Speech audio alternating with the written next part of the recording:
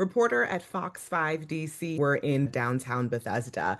I'm a reporter, so I don't know if it's straightforward, but I'm the people that you see on the news. On the evening newscast, not the anchors, but the people who are actually in the field putting the stories together and then delivering it for our reviewers. It's my job to basically stay in the community, figure out what are the concerns, but also what's happening, what are people enjoying, but also trying to hold our leaders accountable. And we're doing all of this for the viewers who are the people in our community. Our market is DMV, so DC, Maryland, and Virginia. So obviously Montgomery County, PG County, the entire District of Columbia, Fairfax, Alexandria, and a couple other counties around. That's what I do. I've been doing it for about a little over 10 years. I've worked in different markets from Greensboro, North Carolina, Norfolk, Virginia, Detroit, Michigan, and now I'm here in the DC market. So that's a little bit about myself and what I do. What motivated you to pursue this career path? So I think growing up, I always admired the men and women like in this position who would deliver news and they'd be out there on the street or they just be anchors on the desk and they have an important role as well because they're like moving the news and they're presenting it. So I always admired it, but I wasn't too sure exactly what do you go to school to study. So obviously after having some conversations with my parents and counselors like yourself in high school, it was directed to me that this is journalism. So you may want to start looking for programs, and I knew I was staying in state. So look for programs that offer journalism degrees. The motivation came from just watching others do it. And then obviously the people, parents, family, teachers, and counselors like yourself who were like, you know what?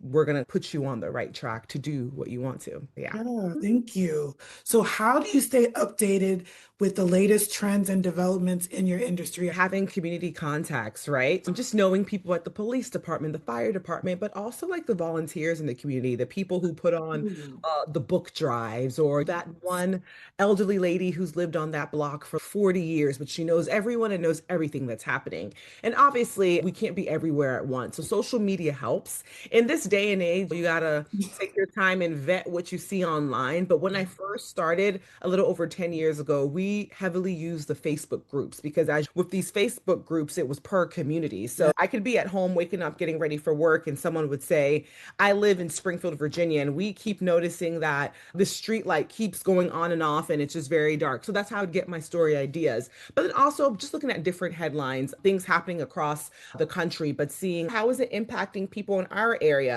As you probably know, there's been a lot of cuts at the federal government level. And because of yes. where we live, a lot of our viewers, people who live, our neighbors, are impacted by it. So then we're like, you know what?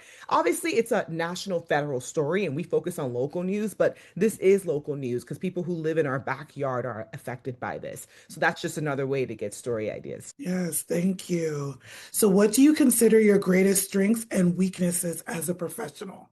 I believe one of my greatest strengths is I can speak to almost anyone, whether you're a child, you're like 3 years old and you're having a hard time finding your words, or the most eldest person on the block. I feel like I do well speaking with people, making people feel comfortable. So I think that's an important strength to have. A weakness as a professional, I'm always thinking about what could I get better at, but I think one of my weaknesses, it's not a bad weakness, but sometimes it can get in the way of the work. Sometimes being compassionate. Sadly, we have to interview families and mothers who have lost their children, whether it's gun Yes. violence or it was a child who was sick or an accident that happened. You have to, one, have compassion to even be able to tell that story. But for me, I don't know if it's a bad thing, being too compassionate. And then you start to get lost in the story and you take the story home with you. And it's like the story's done, but you just feel so sad and you carry it. And I'm still learning how to, sad to say, leave the story like at work and then come home because then you're starting to deal with like different mental health things, right? And it's like you can't carry that. You did your part telling the story and keeping that victim or that victim's family's name alive in a sense. But yeah, it's just one of my weaknesses, not knowing how to draw the line when it comes to some of these stories. But it's hard because we're all human. Human, and I don't find that as a weakness. I find that as like you're such a good person. Thank you. I appreciate that. Can you describe a challenging situation you faced at work and how you overcame it? I don't think there's one situation, but what I'll say is when I do face challenges in the fields or even in the newsroom. For me, overcoming is just communicating. There are times where you try and solve things on your own. With challenges, sometimes we think we have to solve it on our own, but what I'm learning is just ask for help. Ask for help or just reach out to someone. Yes, And it always makes it 10 times better. So I don't have one specific situation or case, but now I will reach out to my boss. Hey, I'm having a hard time with this. Can you help me? What do you think we could do? And then after you actually ask for help, whatever the challenge was gets done, you're like, woo, I just saved myself a whole lot yes, of stress. So for me, I'm learning how to just ask for help and just communicate to whoever needs to be communicated with, and they'll help you.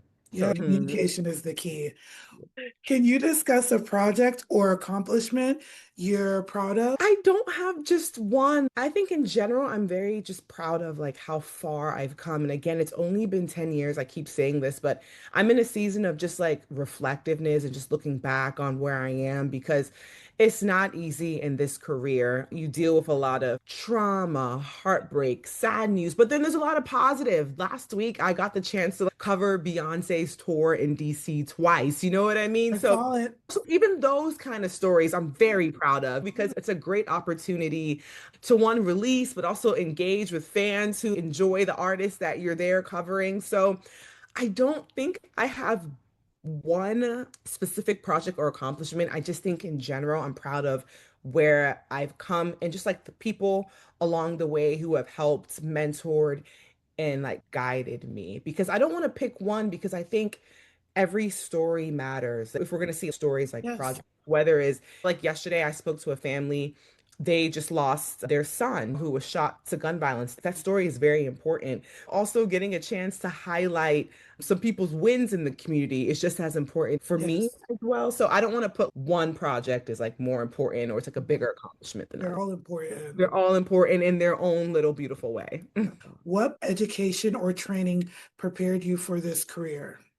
So for me, I went to college and my degree is in journalism with a concentration in broadcast.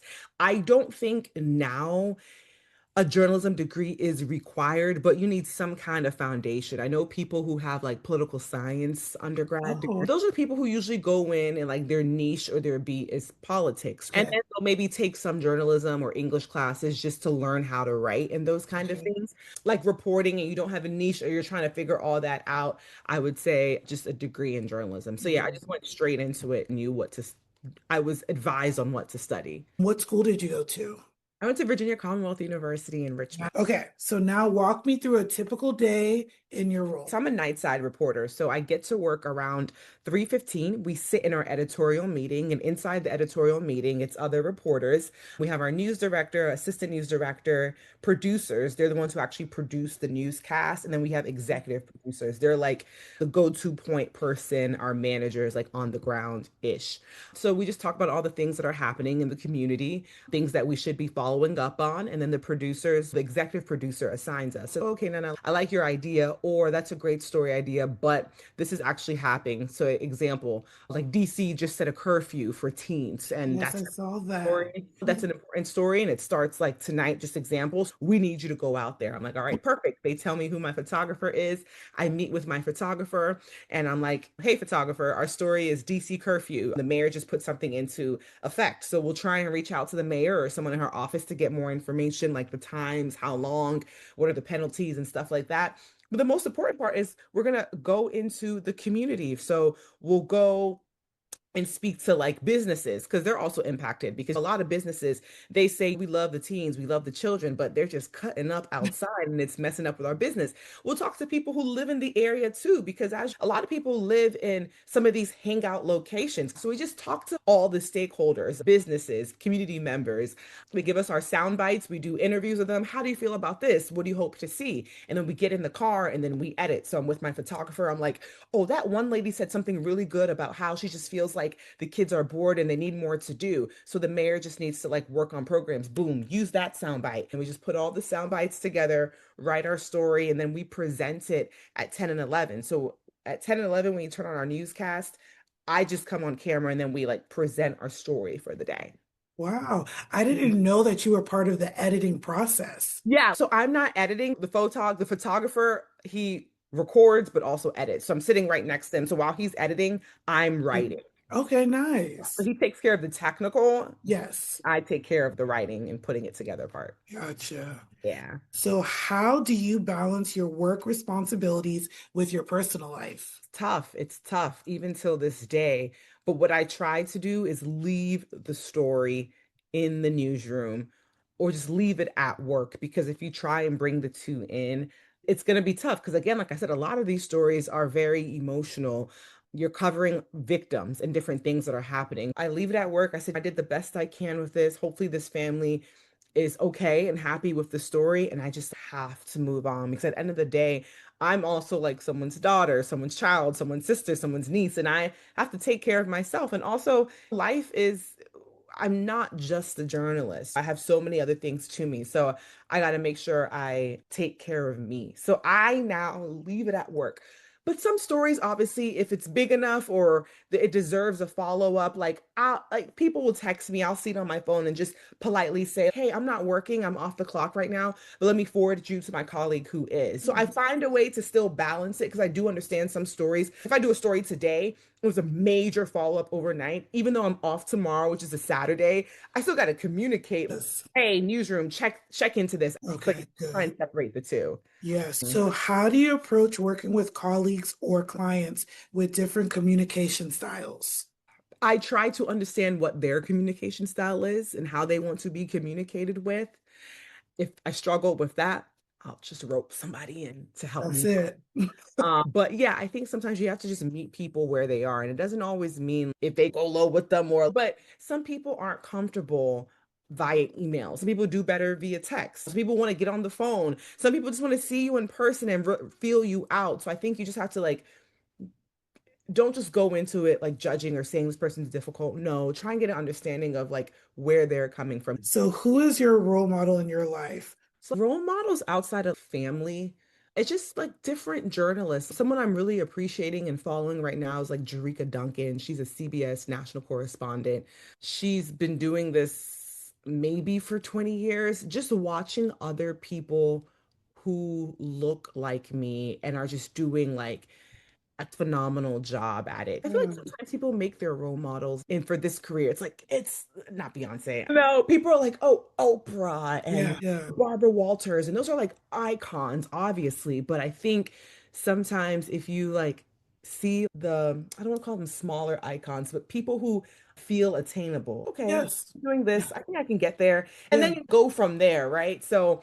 I feel like my role models, maybe they're not on that level, but for me, I feel like they're super successful in what they're doing and it feels attainable. Like what Oprah's doing one day can be attainable to me, but Yeah. I feel like with someone like a Jerika or Aisha Cisse, like you can mirror their steps. Be like, okay, wow, they did this. I went to school and did that. And then they did this. They worked in that market. I did that too. So it feels more like attainable, like you can follow that path. What was your dream job when you were in middle or high school, and how did it change over time? So I feel like towards like maybe my junior and senior year, I knew that it was journalism that I was interested in. Growing up, I flirted with becoming a lawyer, sounded nice. Okay. It sounded nice because it was what people would talk about. Yeah. Oh, I was like, maybe I could be a doctor, but then you'd have those conversations like, I'm not that smart enough, or science isn't my thing. All the things went through my head. And even with journalism, I went to Potomac High School, but then I also went to South County. One of the schools had a morning news announcement that the students would do over the intercom or sometimes come on TV. And I wish I would have been more involved, but I think I was just very shy. I didn't think I was good enough to give the school news Yeah. announcements every morning. So I wish I would have done more of that. But yeah, I think growing up when you're in elementary, middle school, even early high school, you want to do a little bit of everything. And then for me, by the time I got to senior year, I knew like it's You journalism. knew, okay. So where do you see yourself in the next 5 years? I don't know. Definitely still in journalism. I Yeah. don't know if it's going to be in front of the camera, behind the camera, or in front of the camera, but maybe somewhere else, not DC. I don't know. But what I do know is that I still enjoy what I do, and I'm not trying to get out and I'm not trying to leave. So I believe that's a good thing, and it keeps me excited for what's next. Could you give some advice to a student that's watching if they wanted to go into being a news reporter? What advice would you give them? So my first advice is well done. I'm proud of you. Oh, But two, it's if this is what you know you want to do, it's like some things that I wish I was doing a little earlier, but you have to give yourself grace because we were kids, like 16, yeah, 17. But just really just start paying attention to news right now, whether it's your local newscast on TV or if it's a radio station like WTOP right here in our area, or if it's, I know I'm sounding older because they probably use their phones and stuff, right? yeah. So maybe like just having some of the news apps on your phone, like the Okay. Associated Press, and just seeing because I think it's important to identify to know what news is Yes. because there's a difference between the blogs are saying versus this is news. How do I know Exactly. it's news? Because it just came down and there's a bill, there's legislation, you know what I mean? So I think it's important to be able to just start to identify what is news, what kind of news attracts you, what do you like, just watching people who are doing or reading articles that they're doing. I think that's the first step. And then second, you got to stick with it because becomes very tough. You want to Okay. give up. The money is not a lot. You may have to Okay. move around to little towns, but I promise you, if you stick with it, it will pay off. So Thank you just so stick with it because it's not one of those careers where you graduate college and you're making millions of dollars. A lot of your friends are going to be making more than you in the early years, but once you stick with it, it will pay off. You get to do a different story every day. You meet different people every day. You get access to buildings and different people that you probably have no idea about. So I think it's one of those careers that you're going to have a story every single day to share with other people.